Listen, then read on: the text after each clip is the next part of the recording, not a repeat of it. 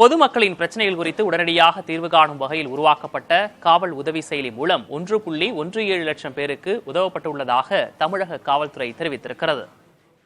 காவலன் உதவி ஆப் பத்தி நீங்க கேள்விப்பட்டது இல்லையா சார்? காவல் உதவி ஆப் அப்படின்னா என்ன சார்? முதல்ல உங்க சிஸ்டரை காவலன் உதவி ஆப்பை அவங்களுடைய ஸ்மார்ட் போன்ல இன்ஸ்டால் பண்ண சொல்லுங்க. அவங்க இன்ஸ்டால் பண்ணிட்டாங்க அப்படின்னா in case of any emergency எந்த டைம் வேணாலும் சரி 24/7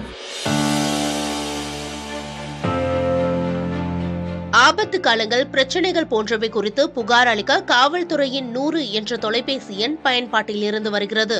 இன்றைய நவீன காலத்தில் பொதுமக்களை துரிதமாக அணுகுவதற்கு வசதியாக காவல் உதவி செயலி அறிமுகம் செய்யப்பட்டது.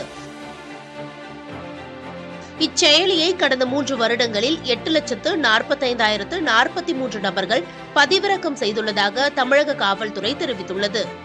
காவல் உதவி செயலி மூலம் பெறப்பட்ட 1,17,849 சமிக்ஞைகளுக்கு தீர்வு வழங்கப்பட்டுள்ளதாகவும் அதில் 15,917 பேருக்கு நேரடியாக சென்று நடவடிக்கைகள் எடுக்கப்பட்டுள்ளதாகவும் தெரிவிக்கப்பட்டுள்ளது.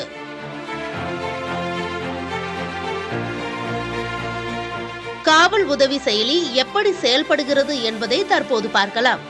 இச்செயலி மூலம் காவல்துறையினருக்கு சமிக்ஞை அனுப்ப முடியும். காவல் அவசர உதவி மையத்தில் இருப்பவர்கள் உடனடியாக சமிக்ஞை அனுப்பியவர்களை தொடர்பு கொள்வார்கள். ஆபத்தில் இருப்பவர்களின் செல்போனில் GPS இணைய சேவை இருந்தால் உடனடியாக இருப்பிட தகவல் செல்போன் கேமரா மூலம் காணொளி பெற முடியும்.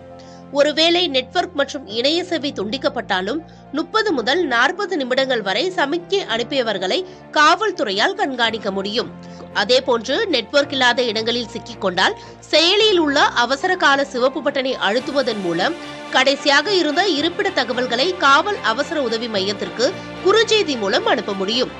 இதன் மூலம் ஆபத்தில் இருப்பவர்களை சில நிமிடங்களிலே கண்டறிந்து காவல்துறையினர் உதவ முடியும் என தெரிவிக்கப்பட்டுள்ளது. காவல் உதவி செயலியை தற்போது பலரும் பயன்படுத்த தொடங்கியுள்ளதால் தொழில்நுட்ப வசதிகளுடன் அதனை மேம்படுத்தும் முனைப்பில் தீவிரம் காட்டி வருவதாக காவல்துறை உயரதிகாரிகள் தெரிவித்துள்ளனர். புதிய தலைமுறைக்காக செய்தியாளர் ஜே. அன்பரசன்.